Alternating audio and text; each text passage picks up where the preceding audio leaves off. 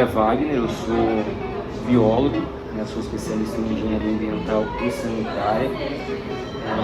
Hoje eu me intitulo como CEO da Ecoalternativa, ou seja, um estrategista, o cara que pensa a evolução da empresa de consultoria ambiental. Embora eu seja biólogo, hoje eu não estou mais na operação da empresa, não faço projeto, não vendo, não operacionalizo. Eu analiso o indicador para fazer os indicadores melhorar. Essa hoje é a minha função. Wagner, o que você faz? Qual é a tua experiência? Minha experiência hoje é em gestão de resíduos. A Ecoalternativa ela nasceu focada em gestão de resíduos de forma totalmente diferenciada do convencional, né? De lá para cá a empresa foi evoluindo e eu fui tomando aí outras frentes dentro do nosso negócio. A gente está aí há 12 anos no mercado, né? Hoje a gente é um time de quase 20 colaboradores, entre a matriz e a filial. Nós lançamos recentemente um novo produto, né, que é um aplicativo focado para neutralização de carbono de eventos, feiras e empresas. Né? O core business do negócio, né? O core business não é a neutralização de carbono, mas sim a forma que ele entrega a informação para o público-alvo do nosso cliente. Então é um produto digital, vamos dizer assim, ambiental de alto valor agregado, tá? E estamos aí nos tornando a primeira franquia de consultoria ambiental focada em gestão de resíduos do Brasil. Então eu atuo hoje há 12 anos na frente desse negócio da Alternativa, tá? Primeira pergunta foi? Sobre ecoponto. Tá, ecoponto, eu só queria, se você me permitir, dar uma contextualizada. Antes de a gente falar de ecoponto, a gente precisa entender que a discussão de ecoponto ela se dá por conta da Política Nacional de Resíduos Sólidos, né? Então existe aí a Política Nacional de Resíduos Sólidos, através dela a gente começa a discutir a questão dos ecopontos, que nada mais é do que recipientes, acondicionamento interno, externo, local, né, para armazenar uma determinada classificação específica de resíduos. Então, eu tenho um ecoponto para PET, tenho um local para PET, eu tenho um ecoponto para vidro, eu tenho um local para vidro, para lixo eletrônico. Então, é um armazenamento para uma classificação determinada de resíduo, não é uma lixeira. Lixeira eu jogo lixo, ecoponto eu jogo material que vai ter uma destinação alternativa, que nem sempre é a reciclagem. Eu tenho um ecoponto, por exemplo, para lixo contaminado, por exemplo, né? Dentro de uma empresa, dentro de um hospital, é um ecoponto. A destinação dele vai ser o incineração, talvez, não sei. Então ele é um ecoponto. Eu sei que isso não é um material que vai ser reutilizado, processado, não vai voltar para o ciclo. Então muitas vezes a gente acha que todo ecoponto, por ser um ponto de coleta de uma determinada classificação de resíduos, eu estou entendendo que aquilo é um material que vai voltar para o ciclo, e nem sempre é, né? Na maioria das vezes sim, né? A maioria dos ecopontos são resíduos que possivelmente vão ser reutilizados ou passar pelo processo de reciclagem. Então, um ecoponto, como o próprio nome já diz, é ecoponto, é um ponto de coleta de uma determinada classificação específica de resíduo. Tá? Qual a importância desse ecoponto para as cidades, para os locais em si? Olha só, o ecoponto ele parte da Política Nacional de Resíduos Sólidos, que prevê a questão da coleta seletiva. Então, se eu tenho na cidade implementado uma política de gestão de resíduos, ou seja, uma coleta seletiva, é importante que eu disponibilize para a sociedade ferramentas. O ecoponto então nada mais qual que é a importância do ecoponto? Ele é uma ferramenta essencial para que a gestão, para que a coleta seletiva ocorra no município. Se eu quero separar, por exemplo, vamos falar de volumosos, guarda-roupa, eu gero guarda-roupa na minha casa, armário, o que eu faço agora que eu vou jogar isso aí fora? Se eu tiver um ecoponto para essa classificação específica de resíduo na minha cidade, a coleta seletiva, ou seja, isso é um material segregado, né, volumoso, vai acontecer de forma eficiente. Não vou ter esse material sendo despejado em fundo de vale como a gente vê por aí. Então, o ecoponto, a sua importância, ao meu ver, é servir de ferramenta para que a política nacional de resíduos, a coleta seletiva, a gestão de resíduos seja de fato implementada na cidade ou até mesmo na empresa, né? posso ter na minha empresa um ecoponto, sei lá, para lixo eletrônico. Quem na sua casa, enquanto colaborador, não gera lixo eletrônico, e às vezes na cidade não tem coleta para isso, eu posso dentro da minha empresa criar esse ecoponto, amarrando obviamente a destinação, porque não adianta eu criar ecoponto e não conseguir desovar esse material. Então eu tenho que amarrar o que eu estou gerando com o que eu estou destinando, senão não faz sentido eu ter um ecoponto. Vou ter um ecoponto para lâmpada. Tá, chegou essa lâmpada, encheu, vai ser feito o que com essa lâmpada? Jogado no rio, do lado por aí? Não, tem que amarrar a destinação adequada. E em algumas vezes vai ser custo, dependendo da classificação de resíduos, e deixa ecoponto. E em algumas vezes pode ser que seja receita, dependendo da classificação de resíduos. Então a importância, agora resumindo, né, do ecoponto é servir de ferramenta para implementar a política nacional de resíduos, a coleta seletiva e a gestão de resíduos, tanto no município quanto na empresa ou em qualquer local. Essa é a importância de um ecoponto. E como implementar um ecoponto? Só colocar ele lá. Basicamente, né? Simples. Simples assim. Só colocar lá. Mas antes de colocar lá, é aquilo que eu já até falei anteriormente. É definir, amarrar o que eu vou segregar enquanto classificação de resíduo. Por exemplo, pneu. Vamos fazer um ecoponto aqui em Paranaguá para pneu. Vamos, beleza. Vai encher lá. E vai para onde pneu? Então, se eu não tiver amarrado essa destinação adequada, não faz o mínimo sentido eu ter um ecoponto de pneu. Então, vamos imaginar que para eu destinar o pneu adequadamente aqui em Paranaguá, eu tenho que mandar ele lá para os Estados Unidos. Né? É viável ter um ecoponto aqui para pneu? Não, o pneu vai continuar sendo um problema aqui. Né? Então, qual foi a pergunta mesmo? Como, né? Como implementar?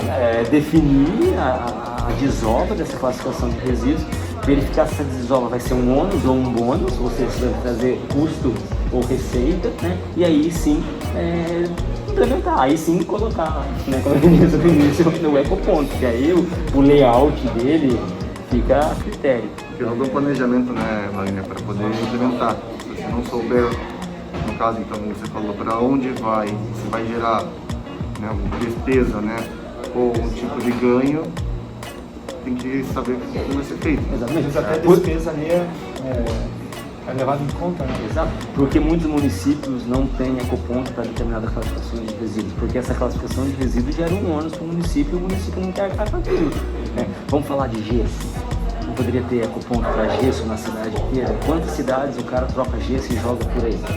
Por que não tem? Por que o município não coloca? Tá, que nós temos a política nacional que fala que a responsabilidade em destinar essa classificação de resíduos é do gerador, porque é o resíduo classe 1, se eu não me falha a memória, tá? Se eu não me engano, é um resíduo perigoso, se eu não me engano, mas se eu esteja equivocado. Mas ele não pode ser jogado em qualquer lugar, é um classe 1. Então, quando é um resíduo perigoso, o gerador tem que, ele é obrigado, segundo a política nacional de resíduos, a destinar, a pagar. Se isso ocorre, é outros 500, não ocorre, porque na maioria das cidades também não há uma fiscalização assertiva. Mas o município, enquanto gestor de tudo ali, ele poderia ter um ecoponto, por exemplo, para gesso. Por que não tem? Porque gera ônus. Então ele deixa esse ônus para o gerador, porém ele não tem competência técnica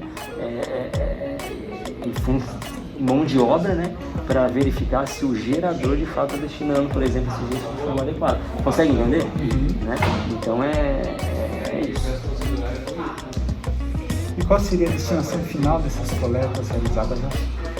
Deu no meio da... É a destinação adequada. Essa destinação ela vai ser ou venda, dependendo da classificação dos resíduos. Se eu tenho um ecoponto, por exemplo, é lixo eletrônico. A gente sabe que ele tem ouro, tem cobre, tem N componentes de alto valor agregado que é comercializado. Então, todo ecoponto, por exemplo, de lixo eletrônico, a destinação dele vai ser uma central de triagem cooperativa, ou mesmo empresa que vai fazer o desmontar tudo isso, né? O que tiver valor agregado vai ser vendido, o que não tiver vai para aterro. Né?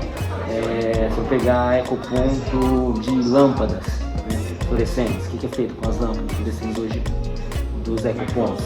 Tirado mercúrio e reciclado o vidro. Ecoponto, sei lá, para papelão, cooperativa de catadores, é vendido, comercializado, assim por diante. E vai ter aqueles ecopontos, na verdade nunca vi nenhum, que vai gerar um ônus, que é uma classificação de resíduos que eu não consigo comercializar, porém eu preciso destinar adequadamente. Para destinar adequadamente eu preciso pagar, né? A gente não vê porque quem vai pagar essa conta, a gente sempre, se for um ecoponto, vai ser o município. A gente não é aquilo que eu falei anteriormente, por que o município não vai botar um ecoponto pra gente? Que custa? E relacionado às cores, né? Cada resíduo, a gente tem um recipiente com uma cor específica. O ecoponto também funciona dessa maneira? Sim, sim. Se eu pegar, por exemplo, vamos falar um pouquinho das cores. Tá? Vocês têm ali, se eu não me engano, vocês devem estar mais frescos do que eu, esse negócio, tá? Vermelho, plástico. Plástico, azul, papel, laranja. Seriam pilhas, né? Perigosas. Os perigosos, branco, hospitalar, preto, Amarelo, metal. amarelo metal, marrom, orgânico, preto, Fugiu. não sei, não lembro. Verde é vidro, Verde, né? vidro, enfim, tá, mas só pra gente entender, em relação às cores que está prevista na ABNT, ABNT? Não é ABNT. NBR? Eu não sei também, mas também não importa, né? Tem as cores, tá? Tem essas benditas essas coisas. Que se a gente for pensar em gestão de resíduos, elas não servem para nada, né? Mas no plano, elas estão lá, muito bonitinho. Tá no plano de gerenciamento de resíduos, tá? Tá lá. Mas vamos falar aqui das cores em relação ao ecoponto. Eu vou fazer um ecoponto para vidro. Geralmente eles colocam a cor do vidro, né? Mas tem classificação de resíduos, vamos falar de volumosos. Volumosos se enquadra em quê? Preto, acho que é madeira. Então seria um ecoponto preto. Então assim, ó, só pra gente ser mais objetivo aqui específico na resposta. As cores que hoje constam lá para determinada classificação de resíduos, geralmente elas podem ser colocadas no ecoponto, mas eu conheço poucos, os poucos ecopontos que eu conheço estão com as cores da coleta, né? Especificadas, né? Especificado, Na norma, né? na norma. O de Maringá mesmo, que lançou, comentei com vocês agora há pouco, ele é um container de lixo todo grafitado e escrito volumoso, PET, né? Então tá bem claro o PET, mas não é da cor. Então ele tem uma identidade visual mais atraente, né? Tudo grafitado, né? Para a população, imagino que isso foi pensado estrategicamente, olhar aquilo, achar bonito e falar, vou levar bonitinho lá, vou levar um negócio lá, né? Mas os poucos ecopontos que eu já vi, uns usam as cores, outros não. Então isso não vejo que não vai interferir na ação. O que vai interferir na ação não é a lixeira colorida. Até que você vem aqui no Ibis, a gente tá tudo bonitinho lá as lixeiras, ver se está funcionando, ver se o povo separa. Não é botar uma lixeira da cor verde e azul para isso ou para aquilo que vai fazer o negócio ser funcional, ser aplicado. Plano de gerenciamento de resíduos, ecoponto, cores, normas, são coisas muito distantes da aplicabilidade, da funcionalidade, do fazer acontecer. Isso aí já é gestão de resíduos, tá? Lixeira ali colorida, cores, como determina a própria normativa, é norma, né? Se isso funciona ou não é outros 500. Tá? Então por ecoponto é a mesma coisa. E mais uma pergunta, quem pode realizar esses descartes? Todo gerador, todo mundo, toda a população, todo mundo que gera lixo, né? Tem lá perto do escritório, eu coordeno um projeto lá em Maringá, só para contextualizar um pouquinho, até porque eu acho que tem tempo. Não, já foi 15 minutos? Já Nós temos tempo aí, Às 15. Tá, você falou assim, tá, quem pode gerar? Não, a pergunta é quem gera, quem pode descartar, né? É todo gerador. Aí o que eu queria trazer aqui para a conversa? Nós somos ou não somos geradores de resíduos, né? Eu coordeno um projeto em Maringá onde a gente visa implantar, educar, mobilizar as vias comerciais da cidade, as empresas para a coleta seletiva. Educação ambiental, chega lá na loja, isso é reciclável, isso não é, isso não é, para o pessoal poder separar. E a gente chega na empresa, na padaria, nas empresas da avenida, loja e tudo mais, e pergunta pro empresário lá, você quer participar do projeto, né? Aí o cara olha pra gente e fala assim, não, eu não gero lixo. Aí você olha pro infeliz desse e fala assim, o seu infeliz, o que você não gera, mais o que o teu vizinho não gera, o que o outro não gera, que ninguém gera, das toneladas e toneladas de lixo que chega nos aterros todos os dias. Então você falou assim, quem pode descartar? Todo esse povo que não gera nada de lixo, mas você vai lá no aterro, tem milhões e milhões e milhões de toneladas que vai tudo por osmose pra lá, ninguém gera. Então é todo mundo, é toda a população que gera sim quase 1 quilo todo dia de lixo. E já pegando esse gatilho aí, qual seria o volume descartado por cada uma das pessoas que poderia levar para esse ponto? Isso é muito relativo, cara. Hoje a média de geração de lixo, vamos falar assim, a gravimetria, né, de uma pessoa é 1 quilo. Esse 1 quilo, coisa de, se eu não me engano, 70%, 70% está entre orgânico e rejeito e 30% ou um pouquinho mais reciclável. Então, dependendo do ecoponto, eu teria 30% desse 1 quilo para destinar, se eu tiver ecoponto para recicláveis, para várias classificações de recicláveis na cidade. Se eu tiver ecoponto para orgânico, eu já vou lá para quase 80% desses 100% para poder destinar. E aqui nunca vi ecoponto para resíduo orgânico em nenhum lugar. A questão de coleta de resíduo orgânico a nível de município, existe uma cidade, não sei se é Itajaí, que está bem avançado, não sei se é Itajaí, tá? Não sei se eu estou pecando aqui na minha fala. Mas eu sei que existe uma cidade só no Brasil que já está bem avançada em relação ao descarte de resíduo orgânico. Então a quantidade é muito relativa, muito relativa. Hoje você gera, eu gero, todos nós geramos 1 quilo. Desse 1 quilo, 70%, aí, quase 50% é rejeito orgânico, o restante é reciclado. Depende do ecoponto que eu vou ter na minha cidade, eu só pegar o percentual desse montante para chegar na quantidade. Legal. Acho que encerraram essas perguntas, né? Encerraram essas perguntas aqui. Então, eu queria agradecer, né, Maria, pela Muito obrigado, colaboração aí com a gente, no nosso trabalho. A gente está nessa caminhada aí na nossa formação, e você com uma experiência já aí no mercado, aí, trabalhando muito a gente e clareando, né, nossa cabeça aí em relação a esse tipo de assunto. Não, obrigado. Eu agradeço e convido toda a galera lá para seguir Eco Alternativa Maringá. Deixa depois lá no Severiano, marca lá. link no vídeo, hora que você... Vai deixar o link lá embaixo. Vou deixar o link, ó, galera, essa parte eu não vou cortar. Você se inscreve no canal, ative o sininho. É verdade, tá? Vou deixar tudo aqui, os links para vocês seguirem, né? É isso aí, falou. Valeu, pessoal. Tchau, tchau.